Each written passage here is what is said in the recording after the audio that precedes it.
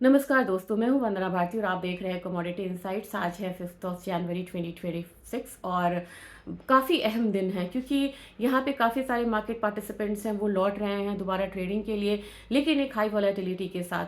पिछले जब वो गए थे छुट्टियों पे तो यहाँ पे वेनेजुएला का यूएस का अटैक नहीं था वेनेजुएला पे, लेकिन अब यहाँ पे बहुत बड़ा इवेंट रिस्क जुड़ा हुआ है मार्केट के साथ।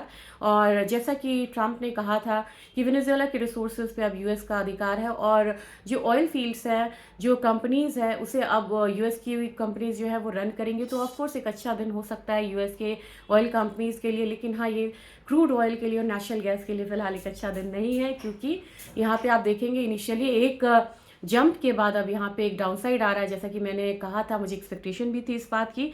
57 से ऊपर यहाँ पे क्रूड गया और फिर यहाँ पे 56.4 के करीब यहाँ पे ट्रेडिंग जो है वो हो रही है। हमारा मार्केट 51-55 के करीब क्लोजिंग दिया था। आज एक करेक्शन की उम्मीद करिए।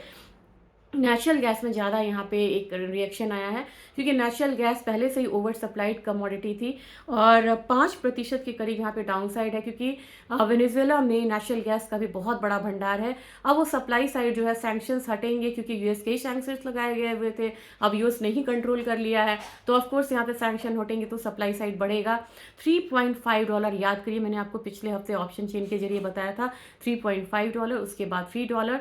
अब मार्केट वहीं जाती हुई दिख रही है। 332 हमारा मार्केट करीब क्लोजिंग हुआ है। 310 मैंने आपको बोला था कि वो जो दो कॉन्ट्रैक्ट के बीच में गैप है वो यहाँ पे फुल होने आ सकता है, वही यहाँ पे मुझे एक्सपेक्टेशन लग रही है। चलिए, ये बात हुई नेचुरल गैस और क्रूड ऑयल की। आते हैं बुलियन काउंटर पे। ऑफ कोर्स यहाँ पे जो बुलियन काउंटर है, अब यहाँ पे जो सेफ हेवन बाइंग है वो यहाँ बढ़ती हुई नजर आएगी, क्योंकि बात यहाँ पे वेनेजुएला की नहीं है। अब इन्होंने कोलंबिया को लेके भी ट्रंप ने एक स्टेटमेंट दे दिया कि जो कोलंबिया के प्रेसिडेंट है वो सिख है, वो कंट्री नहीं चला सकते हैं, तो यूएस का इंटरवेंशन वहाँ भी ज़रूरी है। अब यूएस वहाँ भी इंटरवीन करेगा। ऐसे माहौल में आपको गोल्ड के गिरने के बहुत सारे चांसेस हैं ही नहीं, और हर जगह न्यूज़ है। अब देखिए, अब यहाँ पे गोल्ड जो है $4400 के करीब है और $70 की बढ़त है। तो ये तो मैंने आपको वीडियो में बताया था, मतलब वीकेंड में, कि ये बढ़ेगा। और मेरे ख्याल से अब यहाँ पे जो गोल्ड के प्राइसेस हैं वो हमारे बाजार में 1,40,42,000 के करीब आता हुआ दिखेगा। लेकिन सिल्वर में मेजर मूव है। सिल्वर में मेजर मूव इसलिए भी है कि 5.33% का अपसाइड है, 74.8 है। एक दिन में ये $4 बढ़ा हुआ है। इसके पीछे वेनेजुएला के अलावा एक बहुत बड़ा न्यूज़ है, और ये क्रूशियल न्यूज़ है। अब यूएस ने इसे नेशनल सिक्योरिटी लिस्ट में डाला है। किसे डाला है? सिल्वर को डाला है। तो सिल्वर तो अब ये मतलब कि मतलब वॉर हो गया इस पे, इस मेटल पे वॉर हो गया। तो ये अब यहाँ पे बहुत ज़्यादा क्रूशियल हो गया है। वहाँ के डीईए ने, यानी कि उनका जो डिफेंस डिपार्टमेंट है, उन्होंने $2 बिलियन का यहाँ पे, मतलब जो रिफाइनिंग होता है उसके लिए उन्होंने ऑर्डर ऑलरेडी दिया है, और वो फर्दर यहाँ पे इन्वेस्टमेंट को बढ़ाएंगे कहाँ तक? $7 बिलियन तक।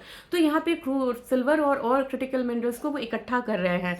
अब आपको मैं बताऊं कि सिल्वर के रिएक्शंस जो हैं वो 2,55,000 तक यहाँ पे जा सकता है मार्केट में, जबकि जितने भी बेस मेटल्स हैं वो यहाँ पे 1-1% अप है। तो कॉपर सिर्फ है जो कि 2.5% अप है, बाकी मेटल्स यहाँ पे 1-1% अप है। उस हिसाब से मुझे लग रहा है कि कॉपर एक बार फिर से 1320-1300 वाली कैटेगरी में जाएगा। निकल में मुझे लग रहा है कि एक बार फिर से आप 1600 का लेवल आता हुआ देख सकते हैं। एल्यूमिनियम आपको यहाँ पे बढ़ती हुई कमोडिटी है, 305-306 आ सकता है, जबकि जिंक में आपको हो सकता है कि 308 से लेके 311 तक के मूव्स आते हुए दिखे। तो मेरे ख्याल से बड़ा क्रूशियल ये हफ्ता रहेगा, जब सारे ही मार्केट पार्टिसिपेंट्स वापस आ रहे हैं। और ओपेक ने इसी उससे, क्योंकि अब यहाँ पे क्रूड के प्राइसेस और गिरेंगे, उन्होंने संडे की मीटिंग में जो प्रोडक्शन इंक्रीज था उसे बढ़ाया नहीं है, उसे होल्ड करके रखा है। बड़ी सारी न्यूज़ है। मिलते हैं मिड डे एडिशन में। Thank you.